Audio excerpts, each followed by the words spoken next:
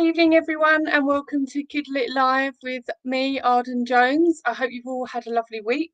As I mentioned last week, I was going to the I Am in Print Festival, which I've been to, and I had the best time. So, hello to everybody who I saw there, and I hope you all had a great time too.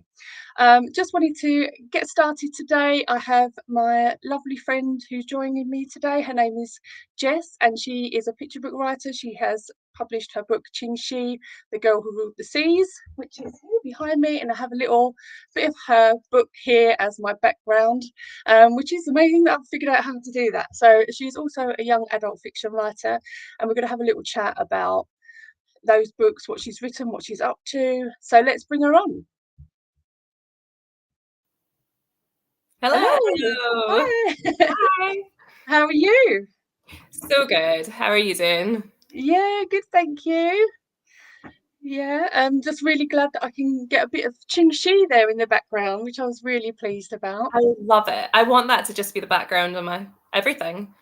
I wonder if you can do that, because I don't know if you can see what you can see is the same as mine, or I have no idea what it's like at your side of it. So Yeah, I I can don't see know. all the background around the two screens. It's really cool. I love it. Yeah. Oh, cool. So yes, I thought I set this up originally it was to help authors that were in the querying stages, but then it kind of ended up like lots of people wanted to join in at all different stages of writing. So I thought it'd be a really good idea to chat to you, because we can talk about Qing Shi and how you published that book, what it was like working with an illustrator, as well as like talking a little bit about querying and what you're up to now and the different sort of genre of writing, because also obviously you're not just picture books, you're an amazing young adult fiction writer as well, and I've read your book, so I definitely know that. So we'll just have a little bit of chat about how you got started. So did you always know that you wanted to be a writer? I can't say that I knew when I was a kid, but the signs were definitely there. The first bit of writing, I suppose you could say that I did for like the public to read, I guess you could say. I was 10 years old and my best friend and I went and bought a typewriter from a charity shop, and we typed up a newspaper. We gave it the really original title of The Daily Planet. I mean, it's snappy. Someone should really do something with that. And we wrote stories about kids in our school, like using their first and last name, stories about my neighbors, like salacious stuff, like things like so-and-so murdered so-and-so's hamster and they don't even feel bad about it, like listing full names. And we wrote all these stories that were just completely made up. And we even did a film review for Beethoven 2, so that will tell you the era it was. And we were so proud of this. So we typed it up, photocopied it, and put it through all my neighbors' letterboxes, all these made up stories about them. Wow. And my parents were mortified. I think my mom had to have a conversation with me about slander and how you can't just make up stories about people and then just peddle them around. But I think that was, looking back, that was probably my first unsolicited manuscript that I just forced upon people. But then that's how we need to do it. Exactly. Yeah. Make up a bunch of stories about people and spread it everywhere. No, that's really bad advice. So then in my teenage years, I got really into music. A lot of my friends were musicians, and what I started doing was writing lyrics for them.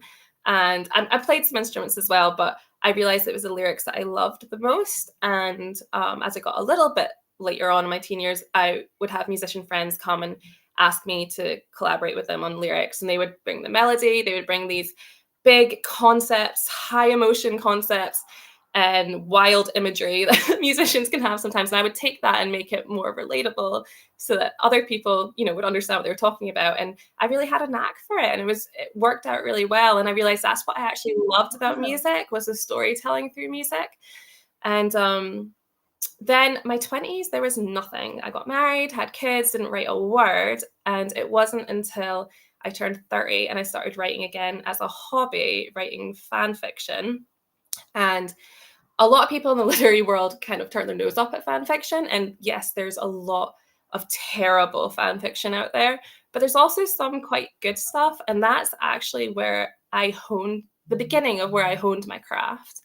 So that's where I learned how to write dialogue. It's where I learned how to have a story with a clear start and a clear finish, how to end chapters, leaving people wanting more. I would post chapters once a week or fortnightly.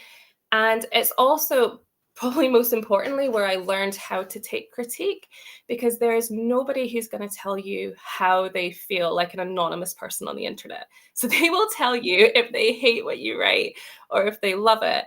And I got really thick skin, but I also, some of the criticism was really constructive. And I learned that way how to separate what is constructive criticism that I can really learn from and improve off, and what is just subjective, or it just wasn't their thing, where you kind of push that to the side. And I also got positive feedback too. So I got to learn what people liked about my writing and what they connected with. And that was really when I wrote about like darker themes and really got into emotion in stories. That's what people seem to connect most with that. And that is something that has stuck with me through my writing and still applies to a lot of what I write now. And one of those stories kind of grew arms and legs. It soon became, the characters weren't anything like the TV show characters. The story was completely different. It was just becoming its own thing. They were becoming their own characters. It was becoming its own storyline, completely separate from what it began. And that really was the conception and birth of my first ever book, Evermist. It started out life as a little baby, as fan fiction, and it turned into something completely different. And when I realized, wow, I'd love to read like the original, and I'd just to see. So feel free to send there's it. I would love to absolutely see no way. Obviously, I've read Evermist, so I'd like to see like how it was born. Send it. Yeah, no, there's absolutely no way anyone's reading any of it. But I always promised myself I would delete it all once I started writing properly. And I can't remember any of my passwords, so I don't know how, but I used a pen name, like no one would know, and everything's different now in the story. So very few people, like I could count on one hand and not even use all the fingers, saying how many people actually know what that story was or that it was me. It's very, yeah. And I do keep meaning to delete it and figure out a way to get a new password. But I still get emails to this day of people leaving comments and stuff on my fan fiction for years. Wow. That's amazing. Yeah. And, it made me see like, this story really has something. It really is something. And that's kind of, that's when I decided I think I might want to do this and just. Wow. So it's because, and then we could like move on to about your picture book. So how did you get into writing picture books then?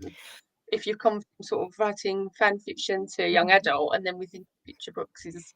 I never intended to be a picture book author at all, but I came across Qingxi. My friend gave me a book for Christmas, and it's called 100 Nasty Women in History.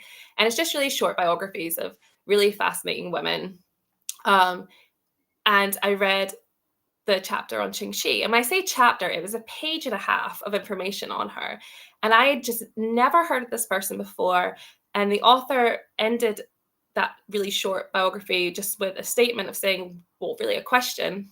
Why don't we know the most successful pirate in history was a woman? And I just sat and like read it and reread that sentence again and again. I was like, why don't we know that? And I loved pirates when I was a kid. I loved all the pirate stories.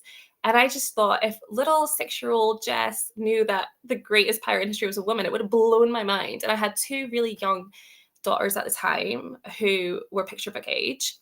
And I just thought, I want them to know about her. I want all kids to know about Qingxi, because a lot of the time, I mean, it's getting a bit better now, but a lot of the time, anything pirate related was, well, for a long time, that was kind of like a boys thing. Like boys played pirates and boys dressed up as pirates. And I just thought, no, like kids need to know that this was, there was really fearless, feisty female pirates who were amazing at it.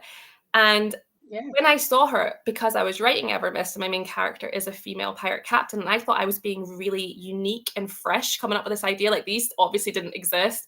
And I realized, no, there really were. And not only were there female captains, but they were like top of their game. And so I just thought, I started looking at more into her life because I was interested in her, researching her for the sake of Evermist, my novel.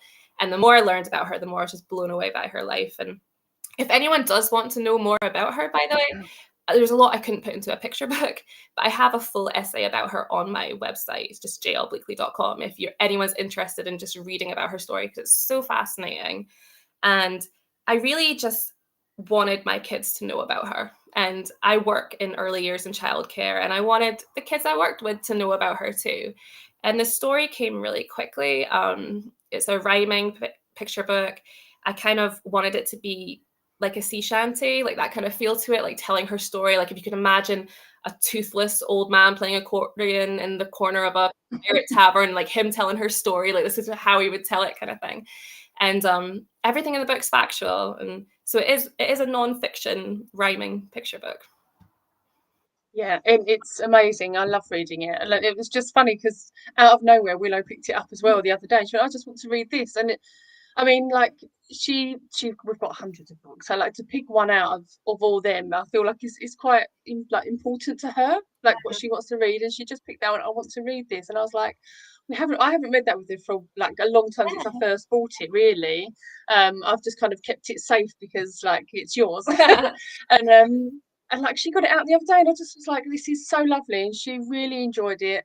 And like I just found it's like there's like weirdness going on in the universe that I'm going to be interviewing you talking about Qingxi, and she's just picked it out of her collection of her library basically, and she wanted to read it, and I just thought that was amazing. And but also I like it with Qingxi, and what I love about it, it's just that she was just fair as well. Like she wanted everybody to be treated equally, like, and she wasn't like out there all for herself, and that's why she was so successful. And I loved learning about her. I didn't know who she was, so meeting you, reading your book was yeah, I really love learning about her. She's amazing. And also the illustrations in the book are just absolutely gorgeous. I mean, obviously all illustrated by Shane Crampton, and they're amazing. So could you tell us a little bit about how that happened, and what it was like for you? Because obviously where you self-published your book, you had more, I suppose you had more interaction with the illustrator. Shane was a big reason why I self-published, to be honest. I did start querying Qingxi, and I did get some agent interest. One agent in particular said she would take it on if I changed it from rhyming to prose. And I did try that, but I just felt like all the magic was gone in the book. And when I sort of explained that to the agent, she agreed with me, but she said, I just can't take it if it's not prose. But she's like, I do think you're actually right. And that kind of validated that side of it for me. And I kind of stopped querying at that point because I'd been following Shane on Twitter, loved her artwork. She's so talented. And it got to the point where when I was looking at my manuscript, I was imagining her illustrations with it. And I was kind of in awe of her, and I was a little nervous to ask her. And it was my husband who said, like, just ask her. Like, what's the worst she could do? And I was like, I don't know if I can ask her. Like, she's a proper like illustrator. I can ask her to illustrate my book. And he's like, just do it. So I did. I messaged her, and she was totally on board with it. And she just loved the project. She loved Qingxi as well. She had never heard of her either, and she was just amazed by this woman's life story as well. And it was just a dream come true. And for me, once she was willing to get on board with it, I was like, yeah, I have to self-publish this because I need her to be my illustrator. She was brilliant to work with. She was so easy. We had a Skype phone call at the beginning just to kind of talk about the book. And it was really clear early on that we had a very similar vision for where we wanted the book to be. We were really on the same page, like no pun intended, but we were from the beginning. And we just both really wanted to do Qingxi proud, as strange as that sounds, but we both felt immense pressure doing a life story of a real person who had lived, like telling her story. And Shane put in so much research, and yeah, it was just unbelievable. Everything she did, I loved. There was nothing that she sent me and I was like, no, I don't like that. Like everything was just perfect.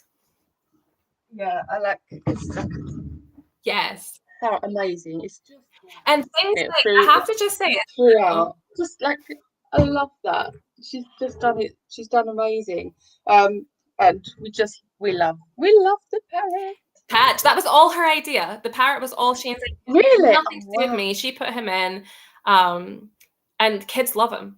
Kids are obsessed with him. Yeah. Willow was like, I love him. Honestly. But when I say like she did her research, like on this page, if you can see, it's got a wanted poster. She found out what the Chinese lettering was, but from that era, because obviously the language has changed and the lettering has changed. So it's in Cantonese, but from that time. And there were other little things that she found, like when you see the emperor and he has a little puppy in his sleeve, that's a Pekingese dog, because she had done her research and found out that emperors kept those in their sleeves as like little guard dogs, as like a weapon if someone came up. Wow. So all of that was Shane. Like she did all of that, and she just blew me away, honestly. It was such a joy to work with her. Oh, that's so amazing, because I think, like, as writers who are not illustrators, we don't know what happens. We think, like, we'll do our little illustration notes, but we know that they have got their own ideas and the way they see Yeah. it going forward. But knowing that they're doing the research and everything else, the amount of time that they spend on our writing to Yeah. make the book theirs, I'm in awe of them. I just think illustrators are just amazing. And like, I'm like, you like that makes for me, but it makes the book, like, it's what draws you to the book. I mean, sometimes, like, a title can, you think, oh, that title stands out and stuff, but if that illustration doesn't stand out and draw you to it, you're generally not going to pick that Especially book up. picture And books. they've got Like so much work. it's Exactly. 50% of Yeah. the picture book. And if any authors out there thinking like, no, this book's like 90% me and I'll get like, no, it's not. It has to Absolutely. be a really good collaboration with an illustrator, and they carry a lot of your story. They bring your story to life. You need them. Yeah, definitely. They're just, yeah, they're amazing. So I'm chatting with a couple next month, so that would be really interesting. That's Um, so when you self-publish this, like, I can imagine there's so much to do. I mean, I think when you publish either traditionally or self-publishing, there is a lot for the person who's like letting this book, that's their book, to be doing behind the scenes and everything. But I can imagine with self-publishing, this is all on you. So yeah. have you got any sort of tips, any do's or don'ts for people that are considering self-publishing? I would say, first of all, I would warn them that it's expensive, because you're having to cover the cost yourself. But I would say save the money, because it is worth spending the money on it. Like you can cheaply self-publish anything, but you can tell. And like even just talking about Shane there, like she was worth every penny. And I think to save up and pay for a really experienced and professional illustrator, it will show in the finished product. It will show. And everyone's kind of looked at self-published books before, and you can tell they're self-published. Um, I would also say invest in a professional and experienced editor as well. And I mean, if you think about it, if you traditionally publish a book, there's a whole team that makes that book happen. It's not all the publisher. Like before, the publisher does parts of it, but you have to have the author, you have to have the illustrator, you have editors, you have a whole like marketing team, a whole team of people. And I think it's probably unrealistic to think that you can wear all those hats and still come out with a really good product of book. It takes a village. It does take a village to write a book. And so I would say take the time and save and invest in getting professionals to help you out with your book.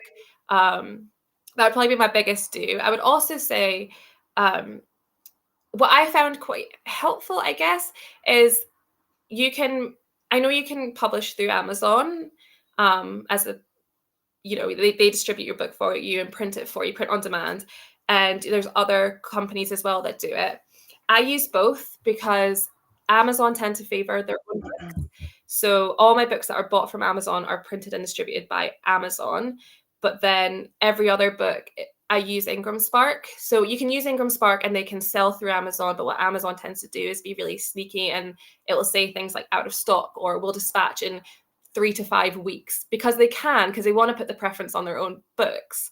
Oh, I didn't know that. That's really Yeah. So interesting. I find that, and also if you go into like an independent bookstore and ask them to stock your book, they are not going to buy your book from Amazon and stock their bookshop with it. That's their competition. So it has to be in Gardeners. That's how all bookstores get their books.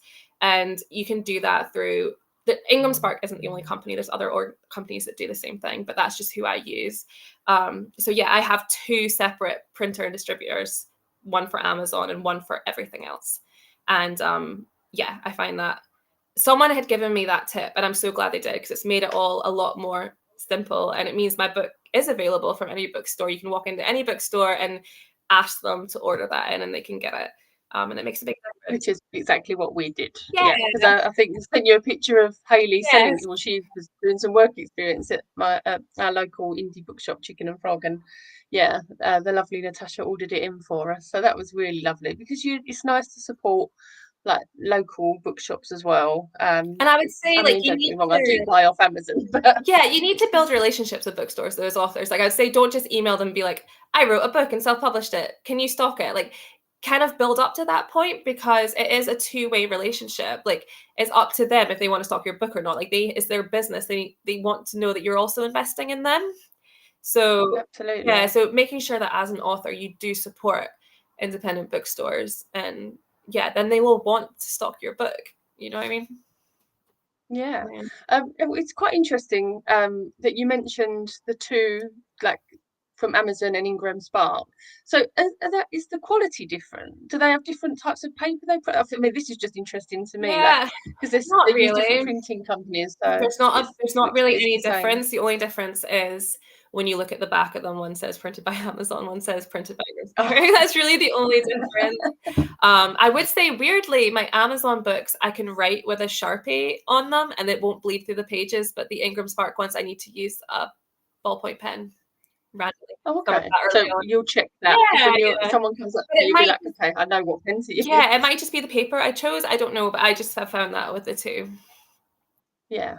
Oh, that's so Um, interesting. So I think so many people want to like consider self-publishing, yeah, but don't know like where to start or how to go about it. And I think that'd be really helpful because I wouldn't like I know that you can publish through Amazon, but other than that, like I generally wouldn't know how to do yeah, what to do or who to like connect with. So that was really helpful. Um, but as well as picture books, you write young adult fiction.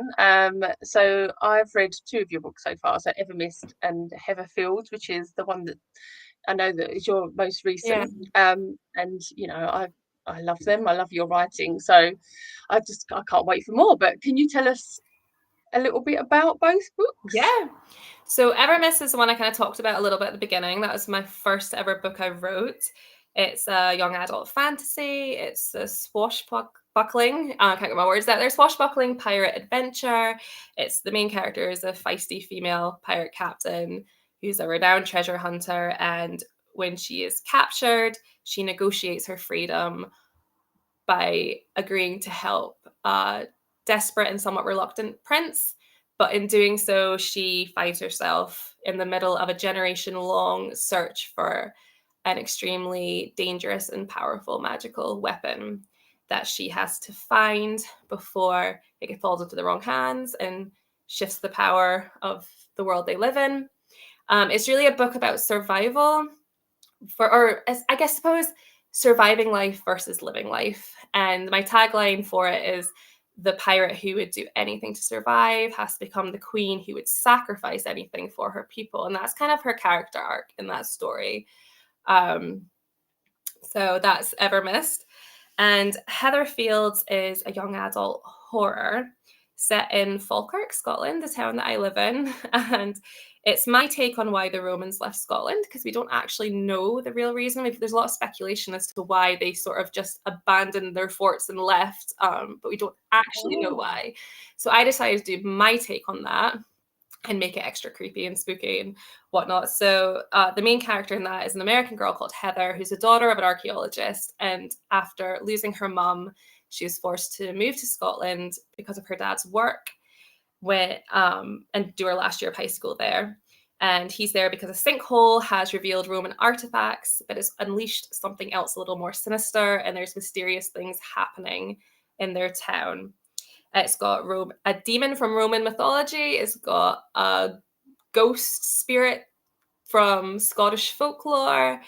But ultimately, it's a story about grief and loss and a fear of death. And essentially, that fearing death doesn't stop you from dying, it stops you from living. So both stories that's amazing. kind of are a little bit similar in that way. They both tackle really dark themes, but in a way that it's about finding the hope in really dark times. And I think both books are quite empowering as well. Definitely. Yeah, they definitely are. And I think like um I mean I've read quite a lot of young adult fiction, but I feel like when I'm reading yours, the characters are so strong, and like you talk about the emotions, the way you work using emotion earlier, and I really just feel like I can connect with Yeah. both those characters on an emotional level, and I think you do that so well, and you really just get the reader like really invested for that person. I feel like I'm there with, like when I was reading Heather Fields, I felt like I was there with her on up in Scotland, and I was just like just rooting for her the whole Oh, way. And that tagline is perfect. It sums it up. yeah. I absolutely love that book. I was pitching it today in Pit Dark, and someone actually commented on it, and they were like, "Wow, she's going through a lot of stuff." I was like, "Yeah, I really do. I really do put her through the ringer in this book. Like, she has a lot to contend with." It made me Yeah, well, I think that's what you need to do. Like I laugh. had this, like, I've done a writers course recently with Adrienne Dines, and she was like, you give them a problem, you make that problem worse, and you make Yeah. that problem personal, and that is exactly what you've done. Like Yeah. all in both stories, like you've nailed that. You've nailed it totally. It's yeah, really, it really gets the reader wanting. Just I couldn't put either of them down. But when I read Heather Fields, I think I read it in like 3 days, 3 days Wow. max. It was like I stayed up till like 1:30 reading it. I just could not put it down. It was Oh, so good, that's so good to so hear. good, and it's been edited since, and I'm like, what? Like it was Yeah, brilliant already. I Carry know. on. I know. I But yeah, I mean, Evermiss was like shortlisted recently. I suppose it recently. It was the Yeah. last window, wasn't it, for the Guppy Yeah. books? That must have just felt amazing, because that's huge. Like, to there would have been so many people that had entered for that, and your book gets chosen among hundreds, like as it is on the shortlist. That must have felt amazing. Yeah, that was honestly, that experience was incredible, and it came at just the right time because I was kind of hitting a bit of a low in the querying journey, and I was considering just shelving it, and then that email came through that I'd been longlisted first of all, and I couldn't believe it, and then to find out, I was like, well, that's really lovely, but I know I won't be shortlisted. I was like, it's so nice that they put on the long list, and then the shortlist email came through, and I couldn't believe it at all, but to be honest, that whole process was so positive, and the team at Guppy, Bella and her team, like their feedback was just so valuable to me, and I haven't changed a lot, but I took their feedback on board and cut the word count down because that I think that probably was, well, she seemed to think that was probably what had hindered me from getting it anywhere. So I managed to cut 6,000 words without changing the story, which was a feat in and of itself. But just they were so positive and lovely and encouraging from the very beginning. So if anyone is thinking about it, I would encourage you to go for the Guppy open window. It's for middle grade this year. So if you're a middle grade author and you're looking for something to enter your book into, like please, like go and do Guppy. Like the staff, the team, everyone, it's just such a lovely experience. They treat you really well. Oh, that's so lovely, because I think it's quite scary, isn't it, putting It is. yourself out there. I mean, for anybody to read, but let alone like an amazing publisher, and then like speaking with them as well, and just knowing they're humans behind behind it all. They're actual humans, and Yeah, they yeah, care about your book as well. They was interested in it, and they're really behind the scenes. It's all really lovely as well. It's not. I don't know. You imagine it to be like The Devil Wears Prada, but I don't think. That, from what my experience and people I spoke to, I think everyone's just and that kind and want people to succeed, and it's hard to say no. It's not like people do care when they're reading your submissions, and they want to be able to take yeah. it, but there's so much other stuff that it just stops it from happening. It's so hard out there, especially at the moment. I've entered a few competitions, and like sometimes they can come across feeling a little bit clinical, and you don't really get much back. But I found with Guppy, I could feel like their warmth from the get go. Like they were very good at Oh, that's so communicating. They lovely. would let you know exactly when they were going to be announcing things. In fact, they would tell you the night before, so you had a bit of pre warning before announcements were made. And anytime anything had to be moved, like they would keep you in the loop. And yeah, it was really just wonderful from start to finish. Yeah. That's amazing. That's amazing, that because you know, like I just said, but like we feel like it's so quiet and everything takes so long. But if they're keeping you in the loop, Yeah. I just that's amazing, isn't it? Because we're sitting here like just constantly like worried behind the scenes, like, Yeah. oh my god, everybody hates my writing, that, Yeah. and it's not that anyway. It's just, you know, the old saying about writing being subjective, and yeah, it's not that people don't like it. It might not be that it's right for them at the moment, or Yeah. there's something else that's very similar that they've got. There's so many reasons. Absolutely. But and then like the most important thing is, if you want to succeed, is to carry on, and Yeah. that's really hard, isn't it? Yeah. Um, so I mean, like you're querying Heather Fields at the moment. Are you, while that's happening, do you have ideas for more books, or are you writing any more books, or planning? Well, How do you, what are you doing? there's always ideas. The ideas don't stop. I wish they would sometimes. So I have just started a new project, which will be a young adult fantasy dystopian. But it's very early Ooh. doors. Like I'm just at the beginning of it, so I can't really say too much about it. I don't even know what the title is yet. It's work in progress still, and but yes, there's definitely something new that I am starting, and I'm really excited about it. And it's really great way to distract yourself from submitting and querying, just getting stuck into a new project. And I love that kind of first, when the idea comes and you're just starting. I don't like writing first drafts. That's probably my least favorite part of the whole writing process. A lot of people complain about editing or getting back edits from, or corrections from your editor and all that, but I actually love all that side of it. For me, the worst part, even worse than querying, is writing a first draft. And but that little moment before that, when the idea is there and it won't leave your head and it's buzzing around, and you're just starting to let it, it's like the taste of a new adventure, and you know you're just about to start on something really big and exciting. And I love that kind of buzz. I'm sort of still in that little moment of just the beginning of it, which is amazing. Oh, that's I'm exactly the same as you. I have so many ideas and I can't wait to get started. But then when I'm writing, sometimes I can just go and write forever. But then there's times I'm just like, I just can't bring myself to do it. Like I want to get this first draft out, but I also really don't want to do it. So I'm like constantly fighting with myself. Yeah. Yeah, it's hard. I did have a question come in, and I'll ask it now because it's kind of on a similar thing. So, how long did it take you to write your last? So, it would have said that your last novel. So, would Heatherfields, for instance? Heather Fields took a year to write, from start to finish. So, first draft. Yeah, since first draft took me a year to the point where it was polished and had been out to beta readers and done more edits, and to where it is now. That's been a year. Evermiss took 6. so, so we're getting Is that like the idea, because it would have been your first yeah.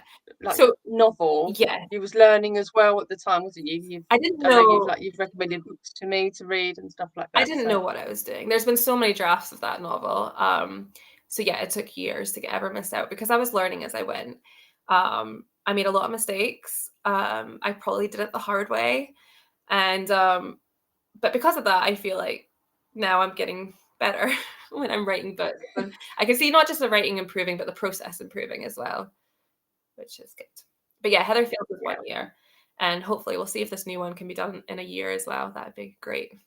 I often see that Shadow's helping you. So do you feel like he's a little bit of an inspiration when you're writing? 'Cause he's often just there. There he is. Literally just live. Oh, it's so lovely. No, he's no help at all. Is he a distraction? You just want to No, stroke him he all the just time. snores beside me. He just sleeps all day. No, the best thing is having the excuse of having to walk your dog, and I think getting in the fresh air and walking in between writing is really good for just getting. If I have a really like a plot hole or a tricky scene, or we're just sitting in front of the computer's not doing anything, sometimes I need to go out and walk and just think it all through in my head, and that's when the ideas sort of come. I think you'd love where I live. Like if you ever come down to London, you'll have to come and I'll take you for walks. I live on an old what we used to be called the Essex Lunatic Asylum. Wow. So it's all like there's some old ruins and stuff around Yes. and woods that are pretty scary. And I can imagine you'd come up with some great I ideas love the around here. woods. Honestly, I love being in the woods. And do you know, that's crazy because right beside me is an old hospital that used to be like an asylum, but they've revamped it. That's Oh, really interesting that we both live really close to one. What does that yeah. mean about us? Yeah, I mean, there's like a graveyard, literally. Wow. Like you just walk outside my house, and we face like a green. Oh God, people are gonna know where I live now. But like, Essex Lunatic Asylum graveyard. For the few people that's probably watching this.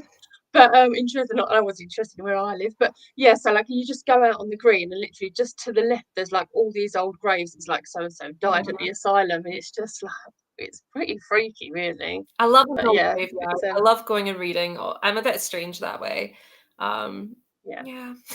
I'm not saying yeah you are, but yeah, me too. Like I'm Same so time, yeah, it's really strange. That's strange. yeah. So you've got some ideas for new books. So have you like plotted them out? Are you a plotter, or do you just? I know that you said with Evermist you kind of didn't know where you was going, Yeah. so I can imagine you was a bit pantsery with that. But have you got a way of working now? Do you do a mixture of both? Started a pantser for sure. I did not know what I was doing. I just thought, sure, let's just start writing and see where this goes. Um, and yeah, like I said, it took me 6 years then. So I wanted to get better at plotting. I hired an amazing editor for Evermist, and she has kind of been really good at, in a really lovely way, whipping me into shape with the whole plotting thing. And so yes. What I try to do is I love Save the Cat Writes a Novel. I try to use that beat sheet for plotting out my book. And I did that with Heather Fields. I had it all plotted out before I wrote it. What I'm doing different this time around is I'm not only plotting out the book, I've also written the synopsis for starting this one. Oh That's the wow. first time I've ever done that because I find synopsis really hard to write. But it was really easy for me to write it before I'd written the book. And I think what I do is when I write a book, I get so bogged down in the details that it makes the synopsis really hard to write because I'm trying to include everything. Whereas because I'm just starting out with the idea now, it was really easy for me to write it. So I'm going to keep that kind of on my desk as I go. And not only have I written the synopsis and beat sheet for it, I've also written character bios and loads of notes on world building. So I've done all of that ahead of time before I've even started writing the book. So I'm hoping that that will help me get this done faster. And those times when I just kind of have brain freeze or writer's block, I can look to those things and be like, okay, well, I know this has to be in this chapter, like such and such needs to be addressed. So I'll start there and start writing there. I just think it will help keep me going. The other thing, which it doesn't really relate to being a plotter or a pantser, but I have found the best method for me for writing and getting words down daily is, again, my editor friend Melissa told me this tip and I love it. It's worked amazingly for me. I set timers. So I write for 20 minutes and then break for 10, write for 30, break for 20, write for 40, break for 30, write for an hour, break for an hour. And I just find that doing that, I go through words so quickly and it flows a lot better because I'm having frequent breaks. And it also helps me with being distracted because when you're working at home, it's easy to be like, oh, there's a spot over there. I better go clean that. Or, oh, there's dishes in the sink. But because I know that I just tell myself, no, your break's coming up. So you can worry about all that when it's in your break time. And it makes me focus on what I'm doing in those time slots. And that's really helped. That because I feel like I'm going to try that because I'm really bad with like trying to focus. But Yeah. do you get like really into it, but then your breaks come in and you have to stop, or will you just carry on because you're in that mindset? It's not happened yet. Because because the breaks aren't over, well, until you get to the hour-long one, they're not that long. They're all shorter than the writing sprints. And so even if I'm going away and doing something, I'm still thinking about what I'm writing. So it's not like I'm So I might just go and like put a load of washing on, or go do some dishes, or do a bit of hoovering. But while I'm doing that and doing all these little things, I'm moving around, moving my body. But while I'm doing that, I'm also thinking about what I'm going to be doing next, or like, okay, how did that scene go? So what do I have to do when I get back? So I don't really fully pull myself out of it, but I don't mentally pull myself out of it. I physically do, if that makes sense. And I do find that it helps. That's great. Yeah, that's really interesting. Mm-hmm. That's something that I'm definitely going to try. I'm going to ask another question that I had come in, and it is: do you write a book from start to finish, or do you write out a chapter here and there from where? If you were say inspired to go, oh, I know what's going to happen here. I'm going to write that part, or is it always beginning to end? For me, it's always beginning to end. I know other people do it a different way, but I'll know what's going to be coming. So again, it'll be plotted out. What I sometimes do is sometimes I see a scene in my head, even just a little bit of dialogue that I know is important, and I'll make it a note on my phone. But I won't go and write that full chapter. I do keep lots of notes on my phone of ideas that come to me, or I'll be like, okay, this has happened here, so this is going to need to be resolved over there, and I want it to be resolved this way. So while I'm thinking about it in my head, I know how I want it to be done, quickly jot it down, or I'll forget. So I do notes, but I wouldn't, as I'm writing my chapters, I always do it from start to finish. That's great, because I feel I used to do this whole chapter thing, and then I literally wrote like over 20k of stuff that I'm not going to use, and now I've plotted it out and I know where I'm going. I have slightly gone off, and I've got like I'd set it out as chapter, this happens in this chapter, this happens in this chapter, and now I'm like on what chapter am I on, like chapter 11. That's after like I've just edited this over and over as well as I'm working. I can't just write a whole first draft, but I think that's because I'm working with a mentor as well. And I totally lost where I was going with that now. Do you find though that like you get a good idea as you're falling asleep? Because I get that a lot. As I'm falling asleep, I'm like, oh, this needs to happen. And I have to quickly grab my phone and jot it down, because I've learned that telling myself, yeah, you'll remember that in the morning, I don't. Mm-hmm. And I've just gone off on like a different tangent, but I've found out I can bring it back as well. So it's kind of working for me, this way of actually plotting, whereas before I hadn't. So Yeah. I feel like plotting might be a good thing for me, and it's obviously working for you. So that's really good. So you're currently querying at the moment. Did you want to share any of your querying journey with us? If you anything that you think might be helpful to other querying authors out there? Well, I queried Evermiss for a year and a half. And I did kind of just what I thought I was supposed to do from what you hear everywhere. So I just sent out a load of, I call them cold queries, but most people call them slush pile queries. But it feels like cold calling to Treasure me. pile. You're a pirate. Treasure. But it feels like cold calling to me. Like, these people haven't asked for this. I'm just like sending it all out. So I did a lot of that with Evermist, and I probably sent out between 70 and 80 submissions over a year and a half. Wow. Because you submit to US ages as well, yes. because obviously So because I live in Scotland and I work in Scotland, I've been here most of my life, but I'm still an American citizen. So I was told back in the Qingxi querying days by an agent to always include that, because it makes it easier to work. I can work in America selling books. I don't have to kind of jump through hoops getting visas or whatnot. I can kind of do it on both sides. So yeah, I do query to US and UK, although UK probably, I don't want to say what my preference would be, although I just did, but like, I don't want to jinx myself if any agents happen to be watching. But yeah, I do query to both. So I sent out between 70 and 80, and it's really time consuming because you have to personalize each query. So you're researching every agent you're sending to, you're researching their agency, authors that they've worked with, books that they've sold. And it's hours of work, like, to send these query letters out. So it was really, really time consuming. And as well as that, I was doing competitions and I was doing Twitter pitching events. And in that year and a half, I had one for Evermiss. I had one shortlist, which was the Guppy one we talked about. I had 12 full manuscript requests and one offer that I ultimately declined. But of all of those full manuscript requests and the offer, none of those came from slush pile queries. So nothing at all. I never got a partial or a full from just sending out to people. They were all from Twitter events, word of mouth, or competitions. So that really has made me change how I query this time around, because I personally, I don't feel like the climate right now, I don't know, I guess just for me, I don't feel like there's much point in sending slush pile queries. And I'm also a lot more picky about who I send to as well. Like, I want it to be agents that I know who they are, and they come recommended. So this year with Heather Fields, I've only just started. So in a way, I've kind of shelved Evermiss, but not in like I've given up a hope kind of way. I feel like it's not the right time right now. So I've kind of set it aside. Yeah. I know it's ready for when it is the right time. And I still have some outstanding stuff with that who knows if I'll hear back from them or not. But for Heather Fields, I just started querying in January, and I have not done any slush pile queries. I've done Twitter events and agent one-to-ones and entered it into competitions.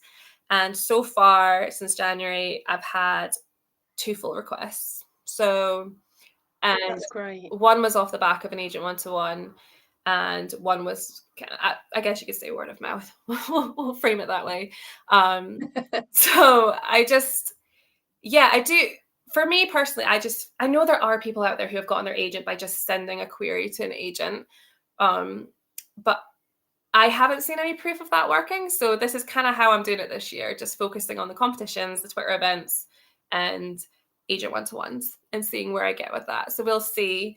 I kind of joked with one of my critique partners that this was my year, the year of no expectations. So I just have no expectations of what's going to happen, and I will not be disappointed then. And I'm going to keep plodding on, because I always do, but it's all out of my hands. So you just have to kind of wait and see what happens. Yeah, because there's a difference, isn't there, like between expectations but also thinking positively. Yes. And like, I think when we get started, we're so excited and we love our story. Like, we've written it, it's come from the heart, we've worked on it so much. And you just think, like, if we love it and everybody else that's read it loves it, someone else is going to love it. And it's similar to what I said earlier, just they might love it, but it's just not Yeah. the right time. Like, and what you said about Evermist, at the moment it might not be. Like, Yeah. there's maybe, obviously when I'd imagine, like, when Pirates of the Caribbean first come out, I think that would have been like swooped up, or swashed up, like. But and I'm really bad at jokes. But so, and I think it comes in, another pun, it comes in waves, and it does, It because does. that will happen again. And if your name is out there already, and just say it happens with Heather Fields, people want to know what else you've got, Yeah. and the editors want to know what else you've got, and that could be interesting to them. So Yeah. I definitely don't think, like, Evermist is shelved. Like, I think Yeah. she's still got her journey And journey to to be go. fair, neither do I. Like, I've not given up hope on it. Weirdly, though, I do feel like Heather Fields feels more like a debut novel. I think there's a lot more of me in it, because it's based on where I live, and it pulls from kind of my experiences of being an American in a Scottish high school. And it just feels like more of a debut book to me than what Evermist did. But I mean, I say that it still might not be my debut, but it was just interesting how, I wrote Evermist first and I was like, this is going to get picked up. But actually, now that I have written the second book, I'm like, actually, I wouldn't be mad if this one was the first one. It's just funny how it works out. So yeah, we'll see what happens. And actually, at the festival, I can't remember who it was, but they was talking about the London Book Festival. London, is it the festival? London Book? Fair? I can't remember what it's called now. Fair? Yes, I've got a festival in my head, the London Book Fair, and like in the children's fiction, everyone, it's still YA horror. Yeah. People still want YA horror. It's huge at the moment, and that is all. Horror is always been a huge genre, hasn't it? But with book talk and everything like that now, YA is just standing up again. Like, it's there, and I don't think it's going to go. Like, it's just getting bigger and bigger. And adults who read YA as well, because everyone just remembers, like, their teenage years, whether it's with love or whether it's with, like, angst, or whether it's with, like, heartache or whatever. Like, them teenage years shaped us into adults, and I think we all like just to go back. I mean, I think many years ago, before I was like started writing, like trying to write professionally, I'd read like Twilight, so I didn't know that was young adult. I just thought it was a novel. Like, I didn't really know, like, the difference. And I think probably you know, and a few of my friends did as well. And I don't think they would have known like what genre that's did in. It was just a novel. And I think now that this genre is getting huge and more people are going, actually, I like this. I want to read this. And it's not just teenagers. And I think it's No, massive there's and it's something so good. about young adult where because it still comes under children's fiction, it still has that element of hope to it, where I think adult books can get away with just being really gut-wrenchingly awful, like not awful written, but I just mean like they can rip your heart out and just say, right, bye, see you later. That was fun. Whereas Yeah, because it still comes under children's books, you kind of have to have that element of hope or, you know, things could work out. And I don't want to say like happily ever after because it doesn't always end that way, but there is still that element of but hope. you And maybe, learn, like there's been that learning curve, and they've achieved something at the end, and yeah. they've learned And if something. you think They've the character development and everything. Yeah, and Yeah, if you think of the movies, so like Twilight movies, like adults would have watched that. If you think Hunger Game movies, adults would have watched that, and no one was telling them, "Oh no, this is for 18-year-olds. You shouldn't be watching," or like 17-year-olds, you shouldn't be watching absolutely. that. And a lot of the really popular films that adults would go and see, like say like the Marvel films or whatnot, if they were books, it would be probably young adult books, you know. And people Yeah, love those kind of stories, and I think, yeah, you're right. People are starting to realize that that is what young adult books are, and they aren't just for people in their late teens. definitely. So I'm gonna on our last question, and I think we'll end on some tips. So I think you know you've been writing for a while. You've wrote some amazing books. So any tips for aspiring children's authors, or maybe not aspiring, just children's authors Yeah. or authors, any authors? Yeah, I would say if you write, you're an author. You're not aspiring author. If you've never written Absolutely. anything, you're still aspiring. If you're thinking about doing it, but as soon as you start writing, you are an author. Someone told me that early on, and it was, yeah, I needed to hear it. Um, So my first tip, I would say write what you want to read. A lot that's a very common tip that you see around, but it's good for a lot of reasons. First of all, you're gonna have to read your book a lot of times. Like with all your edits, the amount of times you're gonna have to go through it, you're gonna really need to love the story and love these characters because they are going to consume your life. And I would say definitely write what you want to read and not to trends because by the time like what you said now about horror being really trendy. So if someone heard that and they were like, "Oh, okay, people want young adult horror, so I'm going to go write a young adult horror."